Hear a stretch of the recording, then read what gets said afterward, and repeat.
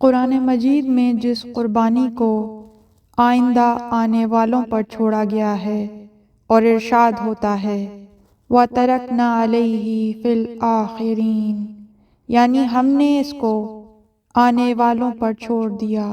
یقیناً وہ امام حسین علیہ السلام کی کربلا میں دی جانے والی عظیم قربانی ہے جس کو ذبح عظیم کا نام دیا گیا ہے، یعنی حضرت ابراہیم علیہ السلام نے جو خواب دیکھا تھا، مقتل میں مولا حسین علیہ السلام نے اس خواب کی تعبیر بیان کی ہے۔